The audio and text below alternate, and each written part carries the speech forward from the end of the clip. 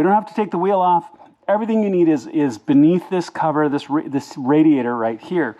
Now, as you can tell, I've got different bolts on my particular car. If you haven't seen that DIY, make sure to check it out.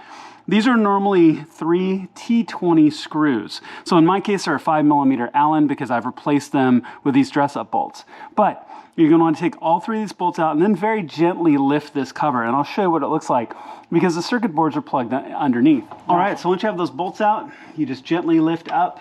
And you should be able to see here, you've got 2 pinch release cables.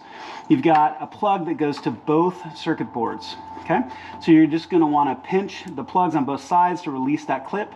There you can see one is loose on one side, and you'll just do the same on the other to just pinch and release, and it should come right off. Okay, so what you wanna do is take both of these off, and then we're gonna walk this over to our bench to get these circuit boards off to get the new ones on. All right, so here we are set up on my workbench. And now that you have this off, basically what you need to do is just get these circuit boards away from the frames themselves. Now, they're held down by glue.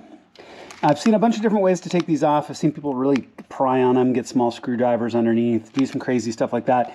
But you really don't want to damage these boards also, because if you ever want to switch back, maybe you decide you don't like yellow, or you change your mind, or you want to sell the car, whatever it happens to be, there's no reason to ruin these boards because you could always swap them back.